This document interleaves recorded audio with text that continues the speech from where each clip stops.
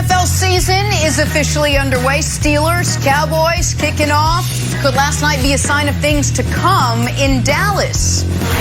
Charles Barkley, not a fan of LeBron's super teams. Does he have the right to question the kid's legacy? And Aaron Rodgers reminding us all that despite the drama, he still might be the best quarterback in the game. Happy Friday, everyone. Welcome to First Things First. Jenna Wolfe, Nick Wright, Brandon Marshall, Kevin Wild. Best quarterback in are we not even going to talk to Mahomes about this? We're just going to hand him the award. Just give it to Rodgers already. That's just insane. He should have made Jordan Love try to do that after. He should have said, Jordan, now your turn. You go try. Not a Photoshop, by the way. Poor Jordan. Not a Photoshop. Hey, we got a great show. We're going to start with Cowboys and Steelers. A little preseason from last night. Dak Prescott not on the field, and it showed. Cowboys with a stagnant offense all night long. Couldn't get anything going. Jay Glazer says the boys expect Dak to be ready, though, for week one. But Dallas continues to be cautious as their quarterback nurses that injured shoulder strain that he suffered in camp. At halftime last night, Dak talked to Terry Bradshaw about both of his injuries. Take a listen. How long do you think you'll be able to get in the action and find yourself comfortable? And number two, I don't understand where the injury was in your shoulder. When I heard it, I thought it would be the rotator side, but it's my understanding it's actually underneath the shoulder. Is that correct? Yeah, that's correct. But as far as my ankle, I mean, I've done so much rehab. I've worked continuous a lot of hours just to get myself back, and I'm very confident in it. So I don't think it'll take any time before I'm just back out there. I mean, the practices that I've had, I didn't think about my ankle. I was just being a part of the offense, being a part of all of it. So now it's just about getting the shoulder behind me. And when we're just being cautious. We're taking it day by day. Obviously, it's 5 weeks before season opener. So I've got a lot of time, and I'm going to use that time and get myself ready for that game. So Dak says they're just being cautious. Troy Aikman weighed in on the situation. He said this: the Cowboys are downplaying it. But I think when your franchise quarterback is missing the amount of time he's missing, I tend to think it's probably a little bit more significant than what they have led on. All right, Brandon, Troy sounds concerned, not going to lie. Should Cowboys fans be worried about Dak's shoulder? Absolutely. Troy's right. You know, when you hear Dak Prescott say, you know, it's day to day, we're going to take it day to day, but there's 5 weeks left until the season opener. That's what I'm getting ready for. That's a problem. You already took off 10 months, right? And that took off 10 months. Week 6, you went down with that brutal and devastating ankle injury, and you're off for 10 months. So everybody's excited to get back out there. You're excited to get back out there. You've only been in camp for pretty much a week, and now you're dealing with this. So yeah, there's more to this. Now, the good thing about the National Football League around their stars is there's a lot of smart coaches out there. There's a lot of smart organizations out there to say, you know what? We don't have to rush it. Let's protect our guy. We know what's more important. But the problem at the quarterback position, Nick, is you are the guy. You need to be able to get the perfect fit in the run game and handing the ball off with your guys. I got to be talking about protection. You got to get those reps. That's not a position that you can sit on the sideline and say, okay, once I get back in, I insert myself and we'll pick up right where we left off. This is a game of inches. This is a game of rhythm. This is a game of continuity. His wide receivers, he needs to feel his wide receivers at the top of the route. He needs to be able in constant communication with those guys in between plays, after different series in 7-on-7, team drill, live, 4-minute drill, 2-minute drill. He's not getting those reps. Now, I know he's a pro and he'll take advantage of the meeting time. I know he'll be talking to them, you know, on the sideline. But when you can't get in the rhythm with your wide receivers, your tight ends, your running backs, that throw you off. Everybody's excited. And I don't know if you felt it, but I was getting excited about the Cowboys, Nick. I was ready to go all in on the Cowboys. I heard you. Just 3 months ago, I said, I don't want to talk about the Cowboys anymore. But Dan Quinn is talking about changing up some things from this ancient defense. And then you have Dak Prescott, who's coming back, and he was looking good in day 1, day 2. So I was getting excited. So if I'm a Cowboys fan, I would be sad right now. I would be disappointed, and I will also be curious. And the other thing he needs, Brandon, he needs to get hit before week 1 against Tampa Bay. I don't think he can say he feels great about the ankle, and I believe him. But we have heard guys talk time and again that, you know, after you suffer that type of injury, and I think it's worth noting, Dak has been a guy who's never really suffered any injuries, had never missed a game. And then he has the brutal leg injury and now a shoulder injury that he's dealing with. I wouldn't want his first live action to be up against that monstrous Tampa Bay front 7. But I took away what you took away, which is when he sets the timeline on, we got 5 weeks. That is a little concerning. Right. I take almost everything Troy Aikman says very seriously, but I particularly take it seriously when he's talking about the Dallas Cowboys and the quarterback of the Dallas Cowboys. I think Troy probably has a little more insight into this situation than maybe anyone in the media. And here's the other reason I would be concerned, Wilds. Did you watch who the Cowboys were trotting out at quarterback yesterday? Garrett Gilbert, Ben DiNucci, Cooper. Like, by the way, I'm not trying to act as if Andy Dalton is a guy you want as your starting quarterback, but the Cowboys right now have to deeply regret not having Andy Dalton still on the roster. And so what they had at quarterback yesterday is not tenable. I don't care how good the rest of the roster is. It doesn't matter. That is a 3-13 situation if you were to not have Dak all year. So that's, by the way, a miss by them to not go out and get just a competent backup quarterback when your quarterback is coming off a massive injury. And it's bad luck in their part that Dak evidently hurt his shoulder because he didn't warm up, you know, for a throw, according to him, the way he should have. But yeah, I would be concerned if I were the Cowboys, Wilds. Yeah, I'd be concerned enough that I either call Nick Foles or I call Phillip Rivers and be like, hey, we don't know what's up with Dak, but why don't you come on down? I don't know if you saw the Hall of Fame game, but we think you guys are a better option. There's a little, so I'm not wildly concerned, but concerned enough. Here's the other thing, Brandon. I got really 3 reasons. One is the timetable. When he got hurt, it's July 29th, and McCarthy was like, he's going to be throwing in the next few days. All right, it was 12 days ago. So the fact that the timetable has been a little bit screwy puts a note on my concern bulletin board. The other thing is this, and it was off of Glazer's report. And Bradshaw mentioned it too. It's like, was it up here or was it down here? It's an unconventional injury to the point where Glazer said the Cowboys doctors called the Texas Rangers, which I think is great. It's 2 heads are better than 1, especially when you're dealing with medical injuries. But it does make me think that since it's an unconventional injury, and again, another post-it note on my worry board. And the other thing is this, I don't think the Bucks game is like super far away. He's like, I got 5 weeks. Like, all right, but are we talking about you being competent in throwing, or are we going to talk about being 100%? Right. Because that, to me, that's a must-win game. You have to start the season off strong, go into Tampa Bay, get a win. Tom Brady is, you know, in his mid-40s. He's going to be 100%, and he's going to throw the ball. You're not going to be able to run the ball on the Bucs. They've got the #1 rushing defense, so you're going to have to throw it. So I'm not thinking. My concern is that, all right, yeah, he might be able to throw the ball in practice, but are you going to be 100%?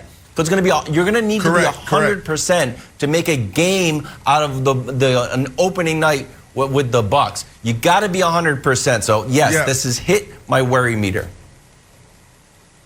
Look, Wilds, there's a few things that we have to look at, right? I've been in the league I was in the league for a long time, and I never heard of that type of injury, right? A lot of quarterbacks. Nick was the first one to tell me how many quarterbacks I had the privilege of playing with. I think he said it was like 17, 18 quarterbacks. That's a lot. And I've never heard one of my quarterbacks talk about any type of strain or any type of pain underneath their arm. You always see the guys icing their shoulders. You always see the guys getting work on their shoulders. So for Dak to be dealing with something underneath his arm, that's interesting. And it also sounds like it's a strain, like it's a muscle. What did he say, Nick? He said that I didn't warm up properly for a throw. And then you hear these other terms, 4 weeks. Anytime you have a soft tissue injury, they always throw out 4 to 6 weeks. Now here's the interesting part around this. When you're dealing with a soft tissue injury, this could be a thing that you deal with all year. Because if you don't handle this the right way and you come back and you push it a little too much, you can make it worse. So it can go from a grade 1 to a grade 2 or a grade 2 to a tear, a full tear. So they have to be cautious with it. And to Wild's point, what are we going to get? Let's say he gets to week 1. What are we going to get? Is he going to be ready to go? Is he going to be actually 100%? He needs to play before then. Is he going to be in rhythm? He needs to be able to play in what is typically the third preseason game. It's different, I know, because the Cowboys played in the Hall of Fame game. But that second to last preseason game, Dak needs to get some live reps. But my biggest takeaway from this segment is, Jenna, you and I are the only people left on this show that don't have side jobs. Brandon obviously runs an empire and also is now doing something with Red Table Talk that for some reason he hasn't mentioned on the show, but it's a big deal.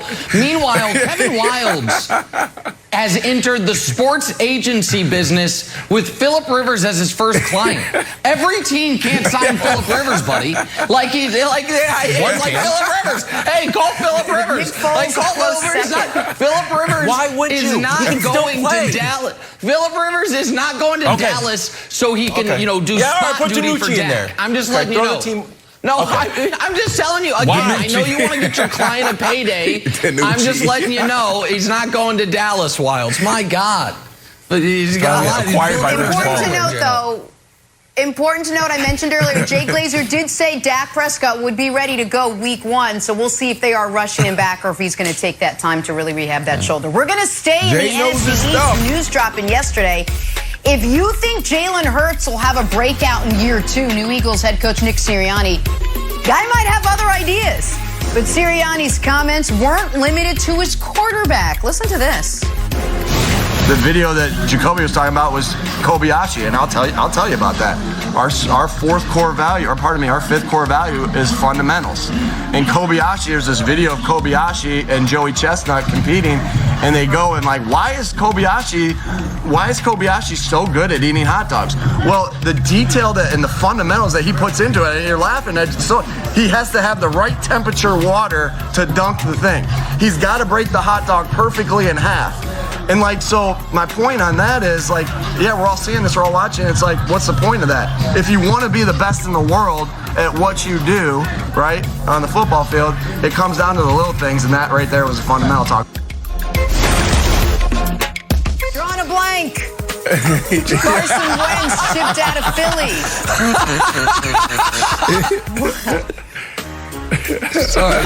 With Carson Wentz gone, you'd assume Jalen Hurts is now the Eagles' official QB1, but new head coach Nick Sirianni might be pumping the brakes on that just a bit. Take a listen.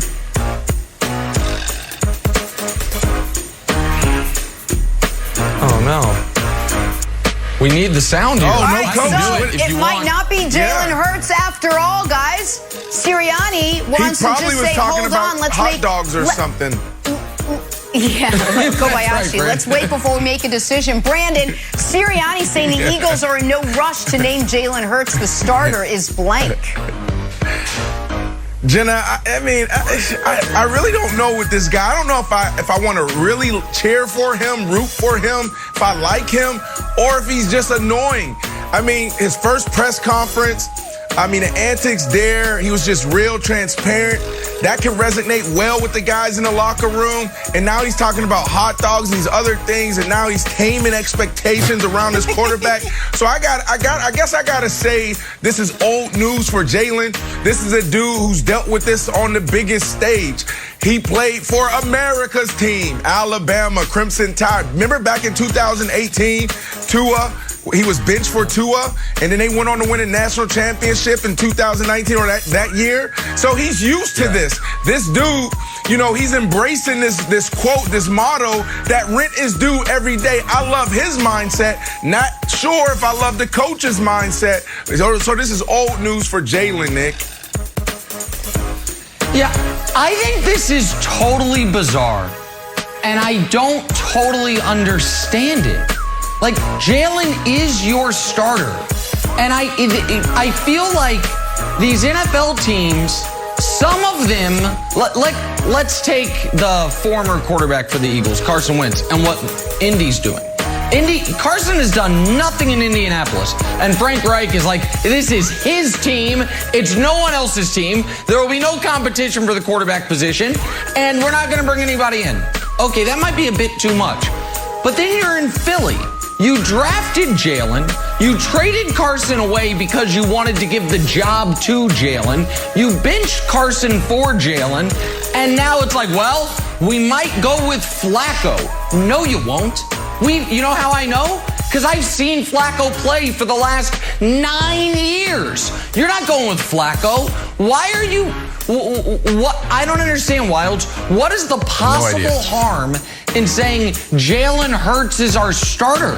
It's just totally bizarre behavior to me. I don't get it at all, Wilds.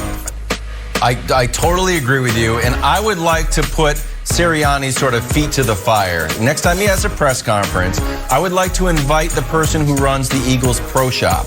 And he's like, we're not ready to, name Jalen the starter. I'd be like, oh, excuse me, sir. Coach, it's OKW, run the Pro Shop. Do you want us to stock a bunch of Joe Flacco jerseys and a bunch of Nick Mullins jerseys? I got to make the call here right now, because right now I just have Hurts. He's our third highest jersey.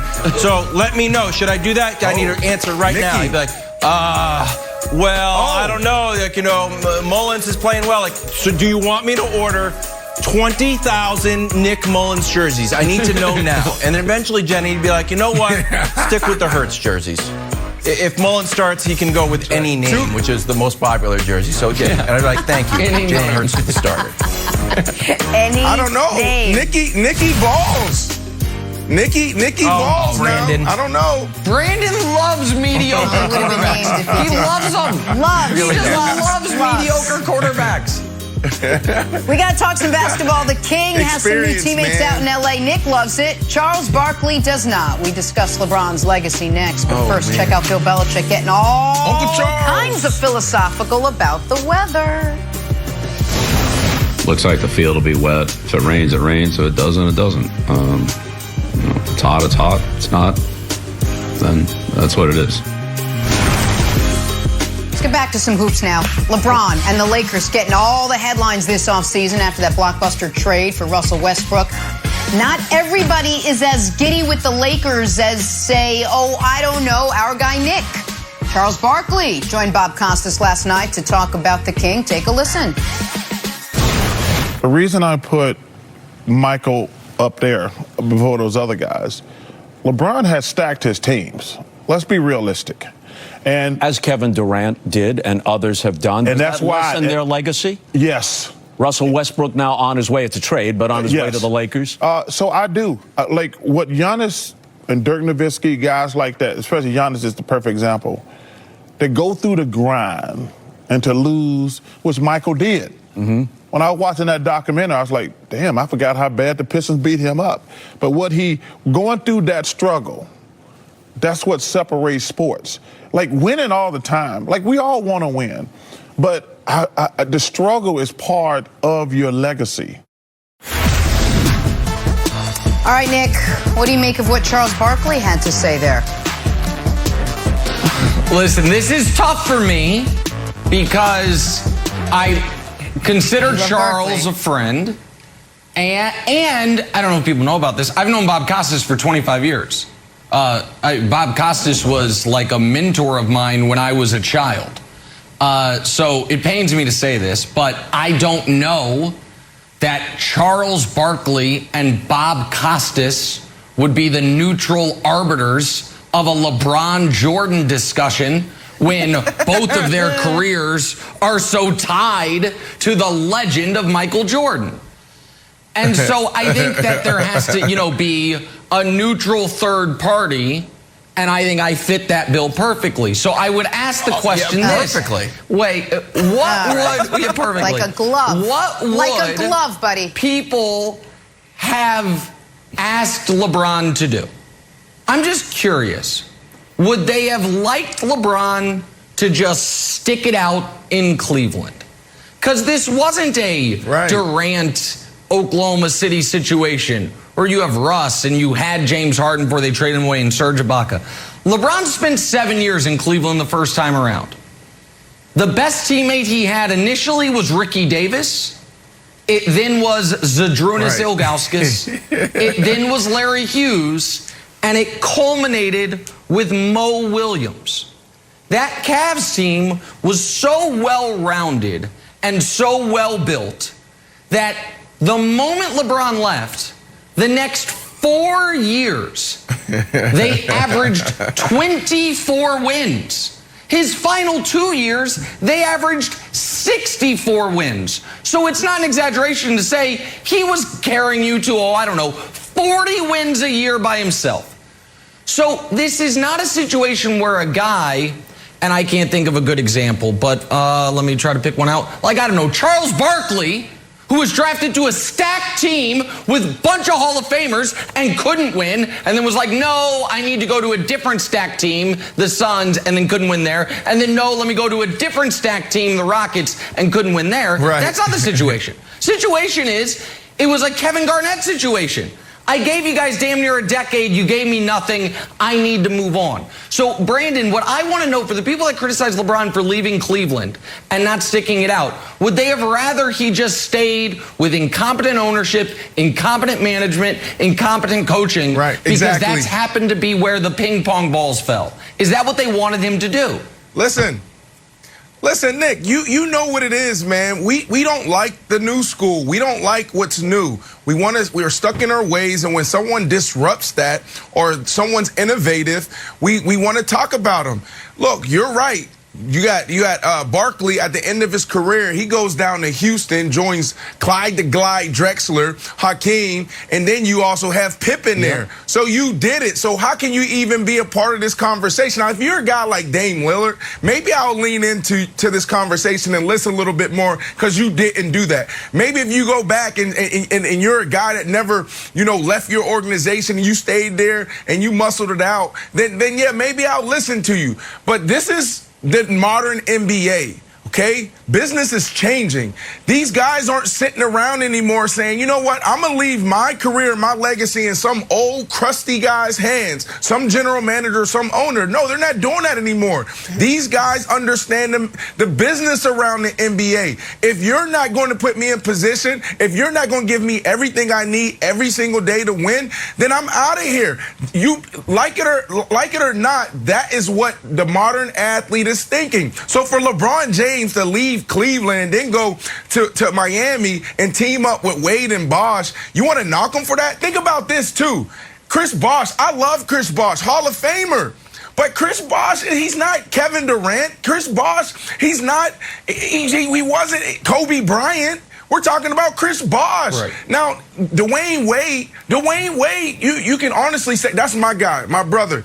But there was some years there where he was carrying D Wade. So I don't like it. I don't like this conversation because I would rather cheer for LeBron James. When you see a guy from Akron, Ohio, and he says it all the time, I'm just a kid there. That's a lot, man. This dude has done a lot for the NBA. This dude has done a lot for the players that came before him, the guys after. This dude needs to be cheered. This dude needs to be placed on a bigger platform and pedestal because of what he does for all of athletes around the world. So I don't like Charles Barkley going out there and saying this. This dude is next level leader. This dude is next level when it comes to, you know, how he conducts himself and handles his business.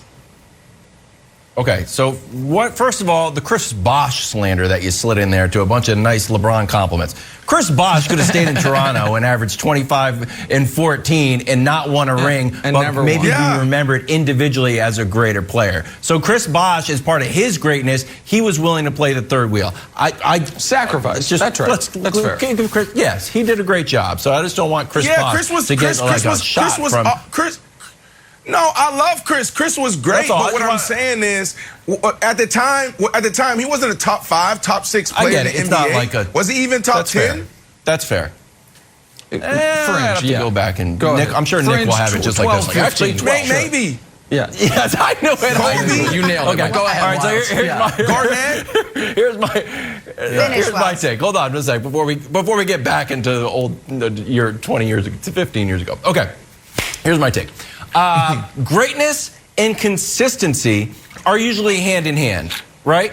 Jordan had Phil Jackson, had Scottie Pippen through his entire championship run. Tim Duncan had Pop his entire championship run. Kobe had Phil and was with the Lakers his entire championship run. LeBron's legacy doesn't take a shot or take a step down because he moved teams. Nick, I'm going to actually say it takes a step up. The same way Brady's took a step up. The fact that LeBron goes, winning follows, and we talk a lot about this with Chris Paul. Oh, look at the winning percentage goes up. But championships follow LeBron. You leave Cleveland, you go to Miami, you win. You go back to Cleveland, you win. You go to Los Angeles, you win. Eventually come to New York and win one. That would be nice. So, Nick, I actually see it the exact opposite of Barkley does. I actually think the more he moves around, the more guys get rings with him, and I'm not going to say he's carrying him, and that's why it's so interesting for this next Lakers team. If Russ can get a ring, if Carmelo can get a ring, I think it's less of a super team that LeBron is forming and more of like, look at this, I am a magnet to winning, and my legacy is that I am a winner wherever I go, versus a lot of NBA legends that say, I won in this place under these conditions. I just think it's wildly unfair and ahistorical to act like there is a long list of guys who did what Giannis just did, which is why what Giannis just did is so remarkable and so important and so special. Like, people are like, oh, Duncan won immediately, didn't go anywhere. Yeah, man. He was drafted to a team that had a league MVP at the tail end of his prime in David Robinson. Oh, Kobe. Yeah, Kobe was drafted to a team with Shaquille O'Neal. And so, yeah, guess what? He won. Oh, Magic. Magic was drafted to a team with Kareem, a guy who knows, by the way, exactly what that feels like is Charles Barkley, who was drafted to a team with a league MVP in Dr. J, a league MVP in Moses Malone, an all-time great player in Andrew Toney, a Hall of Famer in Mo Cheeks, who had won the title 2 years prior, and guess what? It was all good in Philly. Chuck was awesome. They make the conference finals his rookie year. And then they trade Moses Malone a few years later, and Dr. J retires, and guess what Chuck does? Forces his way out. The moment the Sixers missed the playoffs, I'm out of here. Where am I going? Phoenix. How good were they? Well, they had won 50 games 4 years in a row. And then in Phoenix, the first year they make the finals. You know who starts beating them in the playoffs back-to-back years in brutal 7-game series? The Rockets. And go Google the New York Times story the day Chuck went to the Rockets. He says, I forced my way to Houston because he couldn't win there through some fault of his own, but mostly no fault of his own.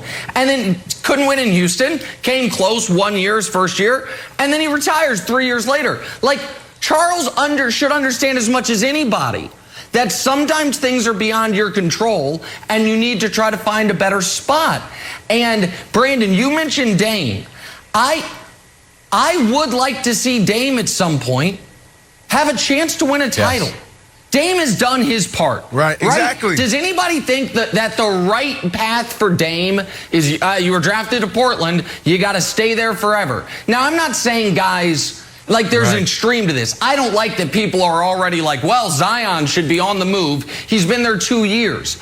But for Dame, like, will people look at Dame worse if he finally says, guys, I need to be with a better organization or a better teammates or whatever? I wouldn't. Just like I didn't blame Garnett, didn't blame Chris Paul with the Hornets initially. Like, I don't blame these guys if the team is not competent around them.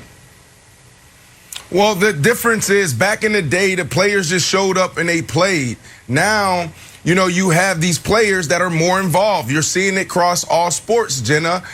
It takes everybody and takes all levels. You have ownership, you have the general manager, so you have management, you have coaches, and you have players. Now we're seeing like the LeBron Jameses of the world, the Kevin Durant's of the world actually work at all three levels. You know, maybe not the ownership, but you got the management, you got head coach, and some of these guys got the owner's ear. So that is the difference. Back in the day, they didn't. So Charles doesn't understand, and none of these old guys understand that players now can easily walk in a general manager's office and say, I want that guy, and it gets done. I don't like this Charles Barkley talk, man. Come on, man. It's LBJ, man. A kid from Akron. Come on, man. LeBron versus Jordan. Finally get to the bottom of that. I won't have that discussion again. Back to the NFL. Rough start for the Dallas Cowboys. Just 3 points last night. Wasn't all bad, though, for Dallas fans. Check this out. I think we've got some great days ahead of us. Yeah. I know we are going to certainly be recognizing what's happening here with the Hall of Fame. But Tex Schramm, who started that Ring of Honor, said, Jerry, keep it kind of limited with people, but make sure it wasn't just about the plays they made. Make sure they contributed to the story of the franchise. Now, it's kind of hard to not recognize this contribution to the story of the franchise. No doubt. So are we making an announcement here? Well, we can be. If we can, I don't know how we're going to upstage. No, yeah, you can. Go ahead, make the announcement. But we'll be in the Ring of Honor. There we go. Jerry, all right. Love it. Yeah. You heard it here. And we'll be there while I'm alive. Are you going to be able to make it through this Hall of Fame ceremony?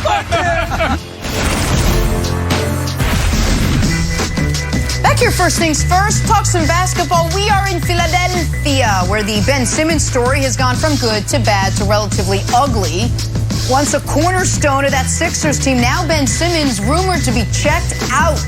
The latest from Bleacher Report's Jason Dumas says this: he's open to the California teams, is what I've been told. Joel Embiid has reached out to him several times since the end of the season. He hasn't returned Joel Embiid's calls. Should be texting, but that's not important now. He doesn't want to return to the 76ers. Damage has been done. Things are getting ugly in Philadelphia, Nick. What do you make of all this? Well, the California teams thing is interesting because, well, there's four of them. The Lakers have no draft picks to trade. It's not happening. The Clippers have no draft picks to trade. It's not happening. The Kings, I suppose, you know, De'Aaron Fox, a bunch of picks, maybe that could happen. And then there's the Warriors trade that the entire world, except for Kevin Wildes and I, thought the whole world thought it was a ridiculous ask by Daryl Morey. And Wildes and I were both like, I think I'd do that. I think if I was Golden State, I'd make that trade. I'd try to win the title right now. Steph Curry's not getting any younger. But people are going to kill Ben for this. But here's the thing, Brandon. And listen, you've been a star and a pro athlete. You've been a celebrity for almost 20 years now. So you've had an agent. Did you have an agent when you were at UCF? You did, right? No, I'm just kidding. But you've had an agent ever since you were drafted. No, I did not. No. No, of course not. Of course he wouldn't. This is literally what your agent's for. Like, if you are in the entertainment business or in professional sports and you and your employer are not on the same page, you know what you say? Call my agent. I'm not talking to you. And then the bosses deal with the agent. So I don't mind Ben taking this approach. Now, if the report was Ben has cut off all basketball communication, if it's Ben's not practicing, Ben is on strike, well, that's a problem. But if he's like, hey, you guys clearly want to trade me, so tell Rich Paul what's happening, I don't have a problem with it. Here is the problem for Ben, Brandon. I don't think Daryl's not going to trade him for 50 cents on the dollar. So I do think Ben starts the season on the Sixers, and then Daryl sees what he can get later on. But I don't have a problem with Ben Simmons saying, "Call my agent." That's what agents are for. Okay. Nick, don't do this. You want to do this again? Remember, let's go back to December or before. What was it? November, October. I mean, yes. Where am I going? Yes. Yes, right? Yeah. I said if he's willing to get uncomfortable, he'll get out of there. You thought he was going to play the whole year. Now, he opened up the year, obviously, on the roster, and then the press conference start going left. You had Boogie Cousins and John Wall start looking at him crazy and, fights in practice, and then all of a sudden he's traded. Yeah. If Ben Simmons wants to get out of there and he's willing to get uncomfortable, he'll get out of there. Like, think about this is a toxic situation, and Ben is dug in. Ben is probably saying, look, it's not good for me from a basketball standpoint, and it's not good for me from a mindset standpoint. I need a fresh start. This could turn so left where you may see, a holdout. They may, if he's still on that roster and they open up that year, the year starts, he may not even show up. The first athlete, Wiles, that I personally heard of doing something like this was Jay Cutler. All right, he had the great Bus Cook agent, and Bus must have gotten his ear, but Josh McDaniel, who we just talked about with coach in the last block, came in, and he wanted to change everything. He wanted to go get Matt Castle. And then Jay Cutler said, I'm out of here. I'm gone. And he stopped answering calls. He wouldn't return anybody's call, even his friends. And I didn't agree with it. It hurt a lot of relationships, but he stopped talking to everybody. We would walk in the facility every single day and be like, did you talk to Jay? Did you talk to Jay? Oh, Jay just put his house on the market, put it up for sale. Did you talk to him? What's going on? So this is a tactic that a lot of athletes are starting to use. The first person that I saw do this was Jay Cutler, and it worked. So, this is going to get uglier before it gets any better. And getting better is Ben Simmons out of there before the season starts. Yeah, but he hasn't demanded a trade, which could be coming soon. And if he did, I would like Ben Simmons to just be like, trade me to the Warriors. It's going to be awesome. We're going to win the championship. Because, Nick, I think the Warriors are a perfect fit for Ben Simmons, and I don't care what they have to give up. I don't care about the Warriors' future. I care about maximizing Steph's window and Klay's window and Draymond's window with a wide open West that you only have to worry about really the Lakers. Sorry, I love Donovan, but you're really worried about the Lakers, and that team has so many question marks.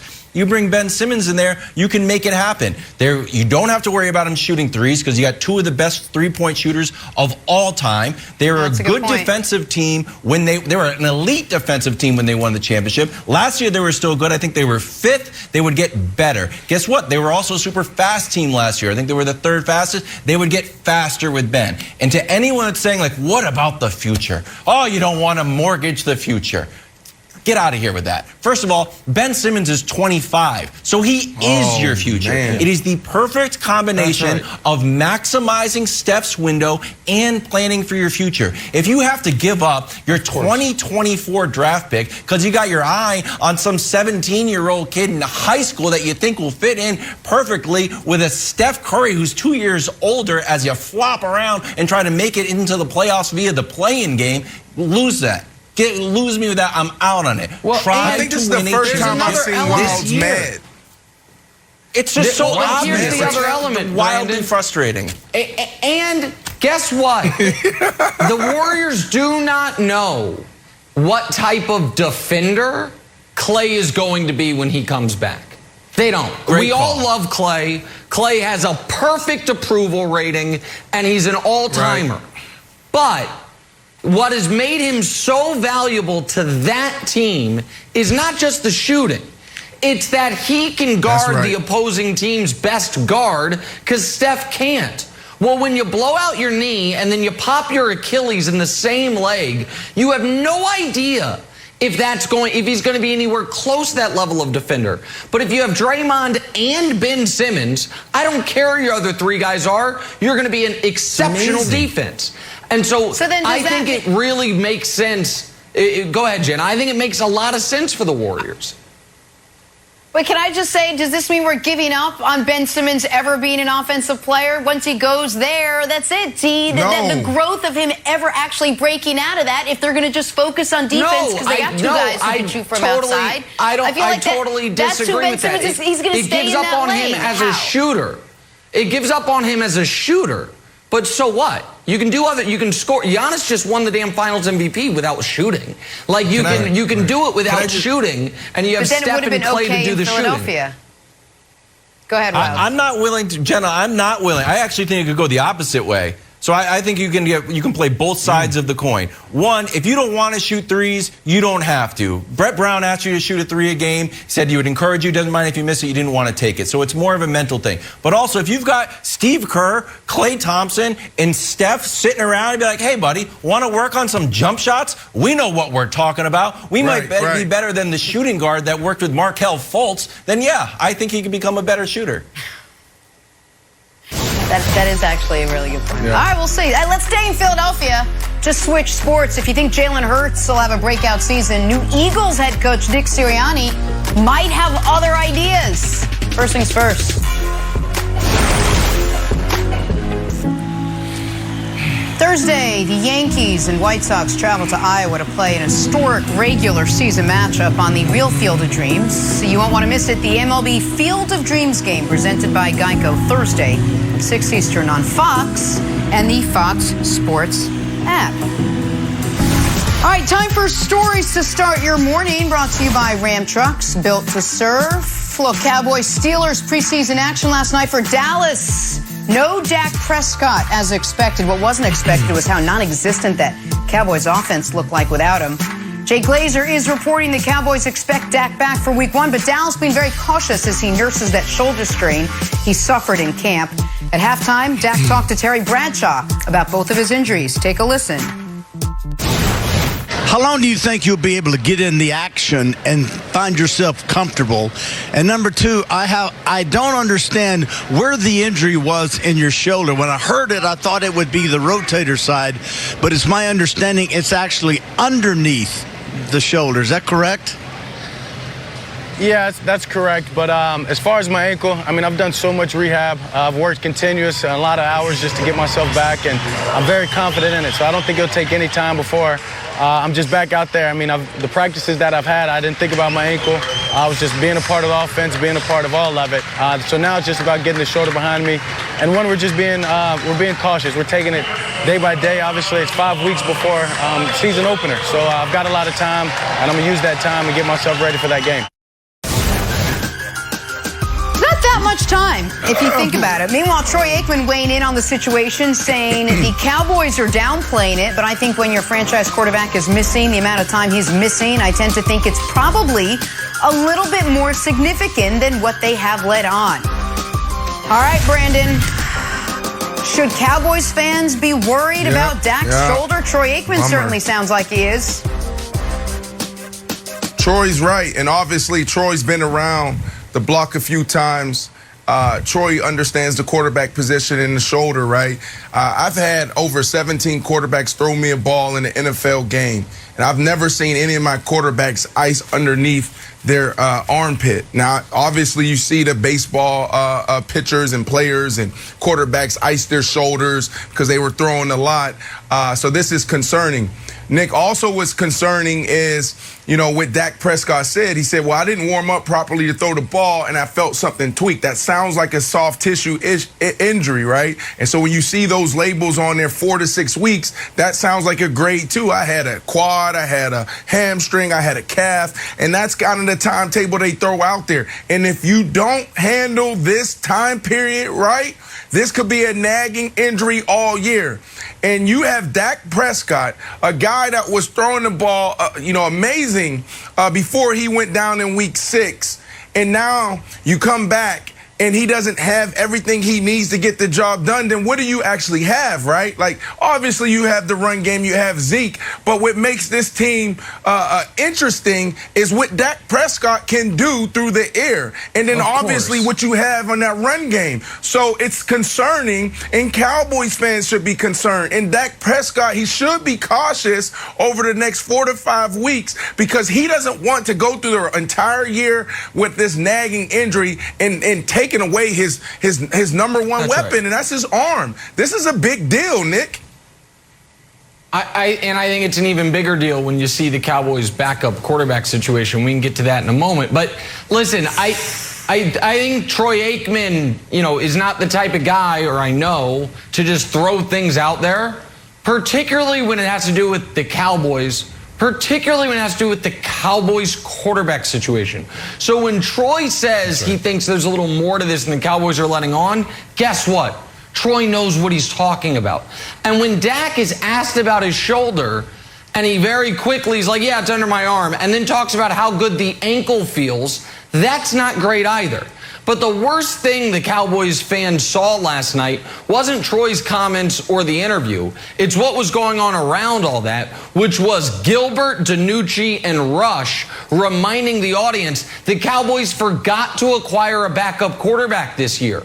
And even if Dak hadn't suffered the shoulder injury, Wilds, coming off the first major injury of his career, where he rehabbed all summer, you would have thought they would have prioritized backup quarterback.